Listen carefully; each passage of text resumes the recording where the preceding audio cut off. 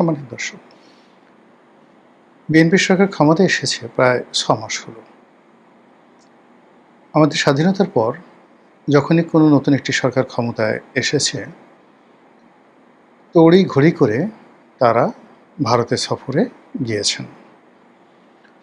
ভারত সরকারের সঙ্গে একটি সমঝোতামূলক সম্পর্ক, এটিকে আপনি অধীনতামূলক মিত্রতা বলেন বা অপরের দাদাগিরি মেনে নেয়া বলেন, বা ভারতের আধিপত্যবাদের সঙ্গে সমঝোতা, অন্য যে ভাষাই ব্যবহার করেন না কেন, কিন্তু আমাদের অতীত যে ট্র্যাক রেকর্ড, সেই রেকর্ডগুলো হলো যখনই কোনো সরকার ক্ষমতা এসেছেন অমনি সেই সরকারের ভারতের সঙ্গে একটি দ্বিপাক্ষিক সম্পর্ক গড়ে তোলার জন্য প্রাণান্ত চেষ্টা করেছেন।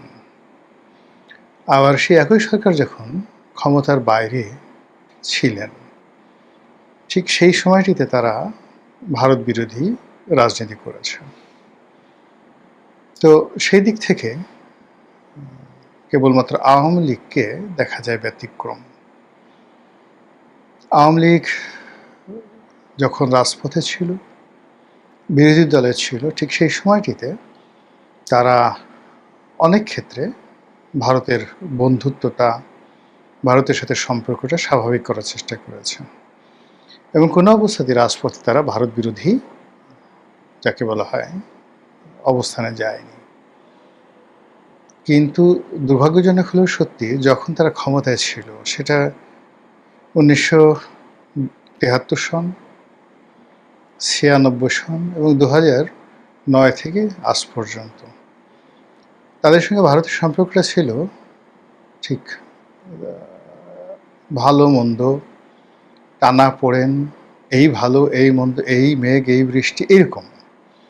অ্যাবসলিউটলি ক্ষমতায় থেকে যে আনুগত্য বা তাবেদারি এরশাদ সাহেব করেছেন, কিংবা প্রেসিডেন্ট জিয়াউর রহমান যেভাবে ভারতকে প্রিভিলেজ দিয়েছেন, বেগম জিয়া যেভাবে ভারতের সঙ্গে সম্পর্ক স্থাপন করেছেন, ঠিক ওই জিনিসটি আওয়ামী লীগ কখনো করতে পারেনি। আবার যে এখন আওয়ামী লীগ খুব বিপদের মধ্যে আছে, এখন ভারতের সঙ্গে তাদের যে সম্পর্ক, এই সম্পর্কটা তারা ঝালাই করার চেষ্টা করছে। আবার শেখ হাসিনা যখন তৃতীয়বারের মতো ক্ষমতায় এলেন টানা, তখন ভারত জোর আপত্তি জানিয়েছিল চীন দেশে যেন না যায়, বা চীনের সঙ্গে যে সম্পর্ক সেটি যেন কৌশলগত না হয়। কিন্তু শেখ হাসিনা জিদ করে বেইজিংয়ে গিয়েছিলেন এবং এসেই তিনি একটার পর একটা বিপদ এবং বিপত্তিতে পড়লেন। এখন এই যে তারেক রহমান সাহেব যে বাংলাদেশে রাষ্ট্র ক্ষমতা আছেন, তিনি রাষ্ট্র ক্ষমতায় এসেছেন, নির্বাচনে বিজয়ী হয়েছেন। একেবারে আমাদের দেশের রাজনীতির অঙ্গনে যারা একেবারে সাধারণ মানুষ, তারাও অনবরত যে কথাটি বলছে যে দিল্লির সঙ্গে একটা সমঝোতা করে, দিল্লির গ্রিন সিগন্যাল নিয়ে, কিংবা দিল্লির একটা প্রেসক্রিপশন মেনে নিয়ে এই যে বর্তমান সরকার, সেই সরকার গঠিত হয়েছে। এই সরকারে যারা বিরোধী দল যত চিৎকার করুক না কেন, এনসিপি এবং জামাত, তাদের সঙ্গে যে একটা দিল্লির সম্পর্ক রয়েছে, এটা লোকজন বিশ্বাস করে। আর এখন বেশিরভাগ মানুষ আতঙ্কিত অনুভব করছে। এই কারণ হলো, দিল্লির সঙ্গে তারেক রহমান সাহেবের একেবারে শুরুতে যে রিলেশনটি হওয়ার কথা ছিল বা মানুষ যেভাবে এক্সপেক্ট করেছিল, সেই জিনিসগুলো হয়নি। ফলে কি হলো, ভারতের মতো একটি শক্তিশালী রাষ্ট্র, তাদের চাণক্য নীতি আছে, তাদের সফট পাওয়ার আছে, তাদের সীমান্ত আছে, তাদের ট্রেড অ্যান্ড কমার্স আছে, তাদের ইন্টারন্যাশনাল মিডিয়া আছে, ইভেন বেটার দ্যান আমেরিকা। এই বিষয়গুলো দিয়ে যদি সরকারকে চাপে ফেলে, তারেক রহমান সাহেবকে চাপে ফেলে, তখন কি হতে পারে? এই যে কি হতে পারে, এটি নিয়ে বিএনপির মধ্যে এক ধরনের চাপা ক্ষোভ আছে, বিএনপির মধ্যে এক ধরনের আতঙ্ক আছে এবং বিএনপির অনেক নেতা তারা গোপনে প্রকাশ্যে নানাভাবে ঠিক এই তাদের যে হতাশার কথা, তারা মুখ ফসকে অনেকে বলে ফেলেন। বেশ কয়েকজন মন্ত্রী, তারপরে সিনিয়র নেতারা ইদানিংকালে কিছু বক্তব্য দিয়েছেন। একজন সিনিয়র নেতা বলেছেন যে এত মন্ত্রী, এত উপদেষ্টা, এগুলো দিয়ে কী হবে যদি সরকারি ক্ষমতায় না থাকে। আবার আরেকজন খুব সিনিয়র মন্ত্রী বলেছেন যে যদি পরাজিত শক্তি আবার ফিরে আসে, আমরা কেউ আস্ত থাকতে পারবো না, আমাদের মুখোশ উন্মোচিত হয়ে গেছে।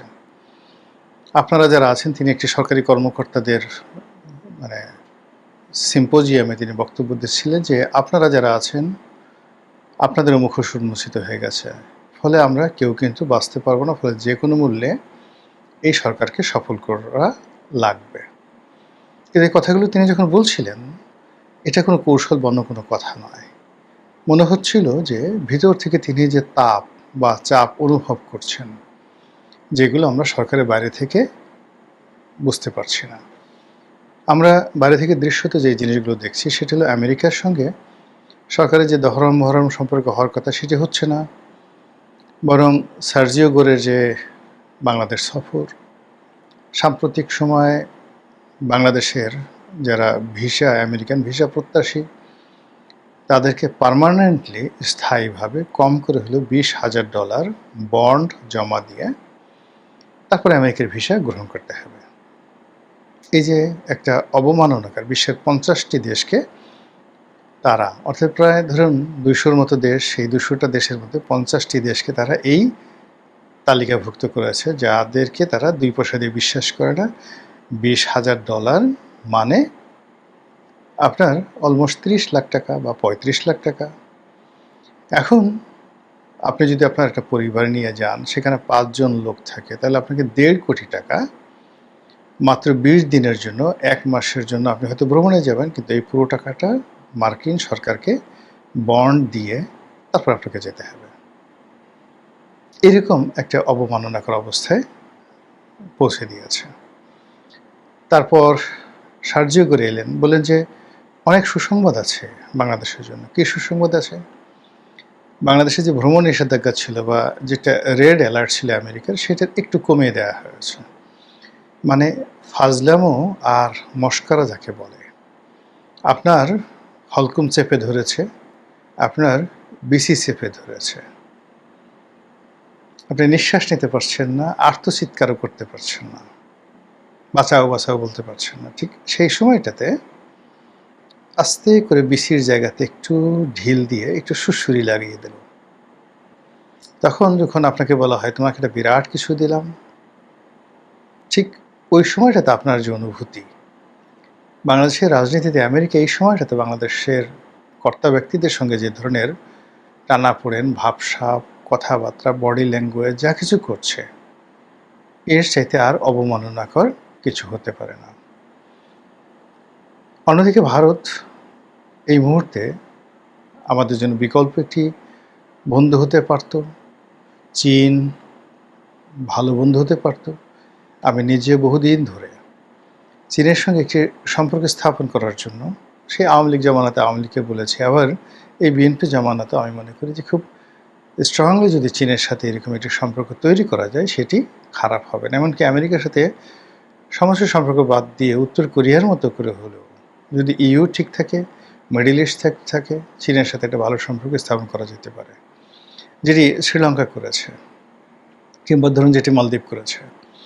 কিন্তু আমাদের কূটনীতির ব্যর্থতা বলেন বা অন্য সরকারের মধ্যে যারা পুরো আমেরিকান ফোর্স রয়েছে তাদের কূটকৌশল বলেন, এই কাজটি করা যাচ্ছে না। আমরাও চীনকে বিশ্বাস করতে পারছি না, চীনও আমাদেরকে বিশ্বাস করতে পারছে না, আর এর মধ্যে আমরা ক্রমশ দেউলিয়া হয়ে যাচ্ছি।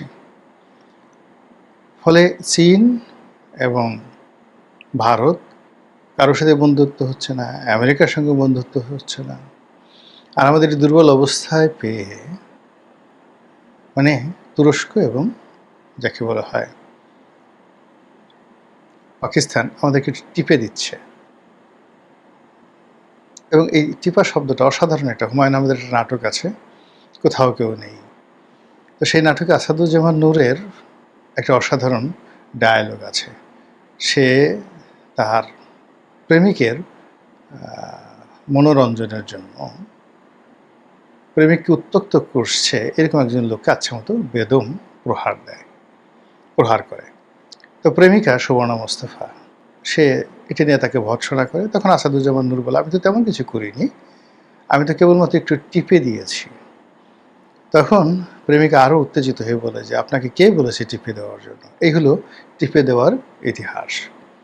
তো এই যখন অবস্থা, ঠিক সেই সময়টাতে ভারত সফরের জন্য প্রধানমন্ত্রী নরেন্দ্র মোদী প্রধানমন্ত্রী তারেক রহমান সাহেবকে একটি পত্র দিয়েছেন